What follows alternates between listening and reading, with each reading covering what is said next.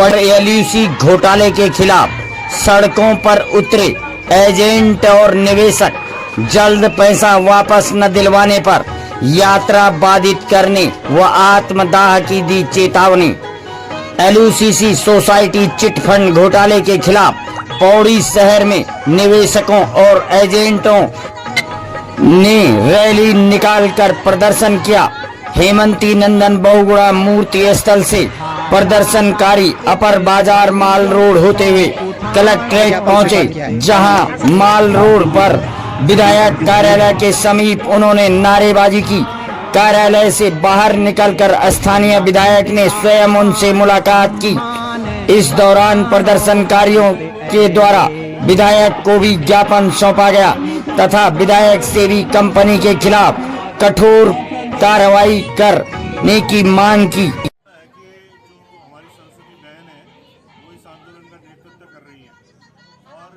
ऐसा नहीं है कि केवल पौड़ी में वो आई है। आपने देखा होगा कि श्रीनगर में, कीर्तिनगर में, ऋषिकेश में, देहरादून में, हर जगह ये आंदोलन जो है मुख्यमंत्री आवास तक पहुंचा हुआ है। और बात इतनी छोटी नहीं है कि पुलिस ने गिरफ्तारी कर दी है। ये घोटाला पूरे भारतवर्ष के स्तर पर मध्य प्रदेश, उत्तर प्रदेश होते हुए उत्तराखंड आया। उत्तराखंड जब ये आया तो उत्तराखंड की सरकार का ये दायित्व था कि अगर भारत सरकार के एग्रीकल्चर मंत्रालय ने इसे परमिट दिया हुआ है तो इसका मतलब ये लीगलाइज ढंग से काम कर रहा था। इसी वजह से जो है लोगों ने इसमें निवेश किया। अगर एलयूसीसी फर्जी है तो भारत सरकार का एग्रीकल्चर मंत्रालय भी अपने आरोपों से नहीं बचता, वो भी फर्जी है। इसका मतलब अगर वो फर्जी है तो फिर तो भारत सरकार ही फर्जी है। तो भारत ये आरोप सीधा सीधा भारत सरकार के ऊपर है कि आपके अधीन इस तरह के लाइसेंस दिए जा रहे हैं जिसमें कंपनियां लोगों की करोड़ों रुपए की ठगी करके भाग जा रही है। तो हमारा तो सीधे सीधे निवेदन मुख्यमंत्री से है। और मुख्यमंत्री अगर कुछ नहीं करते हैं, जैसे वो कुछ नहीं करते हैं, अभी श्रीनगर में आप देख रहे हैं कि वहां पर लगातार तीर्थ यात्री जा रहे हैं। वहां पे अलकनंदा नदी पर रिवर ट्रेनिंग और ड्रेजिंग के वहां पे पट्टे दिए जा रहे हैं। तीर्थ यात्री कह रहे हैं कि कैसी ये सनातनी सरकार है कि अवैध खनन यहाँ पे श्रीनगर में करा रही है। मैंने डीएम साहब को रिप्रेजेंटेशन दिया, कुछ नहीं हुआ। अगर कोई यहाँ उत्तराखंड सरकार में कोई कुछ नहीं करेगा तो भारत सरकार पे आरोप है। हमारे अमित शाह जी से निवेदन है, जो गृह मंत्री है, कि इतना बड़ा पूरा देश के स्तर पे घोटाला हो गया और आरोपी फरार है, गायब है। पुलिस ने जो कार्रवाई की है, चंद आरोपियों को जो पौड़ी में थे उनको पकड़ लिया, उससे बात नहीं बनती। बात तब बनेगी कि जब इसके जो मेन कल्प्रिट हैं वो एग्रीकल्चर मंत्रालय में भी हो सकते हैं, जिन्होंने लाइसेंस जारी किया। इन सबको पकड़ के बंद करना होगा और इनका जो पैसा है ये रिकवर करके इनके खातों में वापस करना पड़ेगा। ये लड़ाई केवल इतनी नहीं कि आप अपराधियों को पकड़ लेंगे, क्योंकि गरीब जनता है, इसका बहुत छोटा छोटा निवेश ये कर पाती है, 1000 2 हजार। मैं अपनी बात बताऊं कि मेरी माँ, स्वर्गीय माँ ने, उसने भी निवेश किया। मेरी माँ ने, तो मेरी माँ इस दुनिया में नहीं है और वो किस्तें मैंने भी भरी, तो कहीं ना कहीं मैं भी पीड़ित हूँ इसका, एलयूसीसी का। मेरी बहन पीड़ित है। ऐसा नहीं कि पढ़े लिखे लोगों ने निवेश इसलिए किया क्योंकि ये भारत सरकार द्वारा मान्यता प्राप्त था। अगर फर्जी है तो इस सरकार की जिम्मेदारी है और हम इस लड़ाई को जो है अंतिम दम तक लड़ेंगे। ऐसा नहीं है कि छोटी लड़ाई है, क्योंकि जो पैसा गया है, लोगों की जिंदगियां बर्बाद हो गई हैं। लोग अपनी बच्चों की शादी नहीं कर पा रहे हैं, मकान नहीं बना पा रहे हैं, बच्चों को पढ़ा नहीं पा रहे हैं। तो ये इतनी छोटी बात नहीं है। और उत्तराखंड क्रांति दल इस लड़ाई को अंतिम सिरे तक जाके लड़ेगा, इसको छोड़ेगा नहीं। और भविष्य में 2027 में अगर तब तक न्याय नहीं मिलता, ये 2027 का चुनावी मुद्दा भी होगा। पुष्कर सिंह धामी जी, नोट कर लीजिए इस बात को। कोई बहुत बड़ी बात नहीं है हमारे लिए। जेल में हम बहुत आराम से रहते हैं, हमें कोई दिक्कत नहीं है, क्योंकि धामी सरकार की पुलिस हमारी खातिरदारी वहाँ करती है, खाना पिलाती है, खाना खिलाती है, पानी पिलाती है। हमें मार नहीं सकती, क्योंकि हमें जेल में मारा जाएगा तो ये समाज देख रहा है ये व्यक्ति किस वजह से जेल में गया है। तो हमारा कुछ नहीं होने वाला। और जितनी बार आप जेल भेजेंगे उससे फर्क क्या पड़ेगा, हम तो बाहर आएंगे, क्योंकि हम तो अपराधी है ही नहीं। सारी दुनिया जानती है कि हमने कोई अपराध नहीं किया है। जहां भी लड़ रहे हैं समाज के लिए लड़ रहे हैं। फर्जी मुकदमे लगाए जा रहे हैं। पौड़ी पुलिस जो है कुछ तो कर नहीं पाती है, हमें हिस्ट्री सीटर बताती है। आशुतोष नेगी को पौड़ी की जनता बताए कि आशुतोष नेगी, कौन सा हत्या आशुतोष नेगी ने करी, कौन सी बलात्कार आशुतोष नेगी ने किया। जो व्यक्ति अंकिता भंडारी के लिए लड़ रहा है वो हिस्ट्री सीटर हो गया। तो आरोपों के कटघरे में तो पुष्कर सिंह धामी खड़े हैं, आशुतोष नेगी नहीं खड़ा है। और इसका समय आने पर जनता उनको जवाब देगी। नामक महा घोटाले में हम लोग पिछले 46 दिन से श्रीनगर में धरना प्रदर्शन में बैठे हुए हैं। 2 बार हम सीएम आवास कूच कर चुके हैं, 3 बार हम वन वे जाम कर चुके हैं और कई बार हम मसाल जुलूस निकाल चुके हैं। अभी भी हमारा सिटिंग मिनिस्टर मुख्यमंत्री जी अभी जागे नहीं है। तो इस धरने के माध्यम से हम अपने मुख्यमंत्री जी को स्पष्ट शब्दों में चेतावनी देना चाहते हैं। 1 हफ्ते के अंदर अंदर आप हमारे पीड़ित लोगों का जो पैसा है उसे सम्मान सहित आपातकाल राहत कोष घोषित करके उनका पैसा वापस कीजिएगा, अन्यथा हम लोग सड़कों पे और 4 धाम यात्रा को बाधित करने के लिए मजबूर होंगे। और ये माँ बहन बेटियां इतने फ्रस्ट्रेट हो चुके हैं कि ये आत्मदाह करने के लिए मजबूर हो चुके हैं। तो हम सीएम धामी के आवास के, अगर हमें ऐसा करना पड़ेगा तो हम सीएम धामी के आवास के बाहर से आत्मदाह करने के लिए मजबूर हो जाएंगे। इसकी सारी जिम्मेदारी हमारी राज्य सरकार की है, हमारी केंद्र सरकार की है। बहुत से लोग कह रहे हैं कि बोला आप फंसे क्यों, तो हम पूछना चाहते हैं कि हमारे सरकारों ने इस ठग कंपनी को लाइसेंस दिया क्यों? यदि लाइसेंस दिया तो इसकी मॉनिटरिंग क्यों नहीं की? यदि मॉनिटरिंग नहीं की तो इसको भागने कैसे दिया गया? अब जब जनता सड़कों पे अपनी आवाज उठा रही है तो जनता की आवाज क्यों नहीं सुनी जा रही है? आखिर हमारे पदकर में बैठे लोग क्या कह रहे हैं वहाँ पे? क्या वो यह कहना चाहते हैं कि हमको कुछ नहीं पता? यदि उन्हें कुछ नहीं पता तो ऐसे नालायक लोग हमारे पदकों पे बैठने के लायक नहीं है। हम स्पष्ट शब्दों में कहना चाहते हैं या तो भुगतान करो या पद खाली करो, अन्यथा हमें बिल्कुल भी बर्दाश्त नहीं। इस प्रकार के लगातार माँ बहन बेटियों का शोषण हो रहा है। आप लोगों ने देखा होगा कि कल ही टिहरी में एक सिमरन बेटी के साथ अत्याचार हुआ, उससे पहले नैनीताल में एक बेटी के साथ अत्याचार हुआ। लगातार माँ बहन बेटियों के साथ अत्याचार हो रहा है और हमारा शासन प्रशासन ऐसे सो रहे हैं कि जैसे समाज में कुछ हो ही नहीं रहा हो। तो ये बहुत ही ज्यादा दुर्भाग्यपूर्ण बात है। और 25 लाख निवेशक हमारे उत्तराखंड में पीड़ित हैं। इसका अर्थ यह है कि बहुत ही ज्यादा महा घोटाला, आर्थिक संकट उत्तराखंड में आ चुका है, वो भी हमारे शासन प्रशासन के नाक के तले। जब हमने आंदोलन किया, उनकी ड्यूटी पहले नहीं बनती थी, क्यों हमें आंदोलन करना पड़ता है हर विषय के लिए? बेटियां अंकिता के लिए भी अभी तक हम आंदोलन नहीं कर रहे हैं।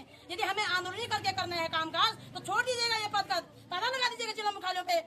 क्यों हमें सड़कों पे आना पड़ता है? क्यों मातृशक्ति को या हमारे आम जनता को अपने लहू सड़कों पे बहाना पड़ता है? जब तक हम अपनी आवाज न उठाएं, जब तक हम सड़कों पे लहू न बहाएं, तब तक ये जागेंगे नहीं। यदि नहीं जागेंगे तो कुर्सी खाली करो। क्या करें हम पद पे बैठ के भाई? पौड़ी पुलिस का कहना अगर ये है कि हमने आरोपियों को पकड़ के जेल में बंद कर दिया, तो ये मामला यहीं तक खत्म नहीं हुआ, क्योंकि हमारी ये जो ये बहनें हैं, ये माताएं हैं, ये बुजुर्ग महिलाएं यहाँ पर हैं, इन्होंने थोड़ा थोड़ा अपनी धनराशि जमा करके, किसी ने अपने बच्चे के लिए एजुकेशन के लिए पैसा जमा किया था, किसी ने बच्चों के शादी के लिए पैसा जमा किया था। उनकी शादियाँ नहीं हो पा रही हैं, उनकी एजुकेशन रुक गई है। तो ये सरासर झूठ है कि वो हमने यहाँ पर जेल में बंद कर दिए हैं। मैं इन बहनों से ये कहना चाहती हूँ और मैं पुष्कर धामी जी से कहना चाहती हूँ कि जब आपको कहीं पर भीड़ इकट्ठा करनी होती है, जब कोई कार्यक्रम आपको करना होता है, तब आप मैसेज कर देते हैं समूह के माध्यम से कि अपनी पीली साड़ियाँ पहन के और नथ पहन के, गुलबंद पहन के वहाँ पर आ जाना उस स्थल पे। क्या हमारे, मैं पूछना चाहती हूँ ये उत्तराखंड सरकार से, क्या हमारी माँ बहनों की कीमत सिर्फ उन्होंने ये भीड़ का हिस्सा बना रखा है? तो धामी जी को ये इसका जो है, जब तक ये हमारा साथ नहीं देंगे, वो तो अपनी कुर्सी तोड़ने पे लगे हुए हैं, अपना इजाफा करने पे लगे हुए हैं। और हमारी इन माता बहनों की योजना चला रहे हैं, बुई बेणी बुआरी एक योजना चलाई थी बीच में। क्या ये योजना चलाने से हमारी माँ बहनों की सुरक्षा है? मैं कहती हूँ धामी जी चेत जाइए, अभी भी हमारी ये महिला शक्ति रुकने वाली नहीं है, थमने वाली नहीं है, ये जाग गई है। और जब तक हमारी इन बहनों को पूर्ण तरह से इनका पैसा वापस नहीं मिलता, मैं इन मातृ शक्तियों से भी कहना चाहती हूँ कि मैं पहले भी आपके साथ थी और लास्ट टाइम तक अब आपके साथ रहूंगी। आप अपनी ये जंग जारी रखना, ये जंग स्थगित नहीं होगी तो नहीं होगी। बहुत परेशान है,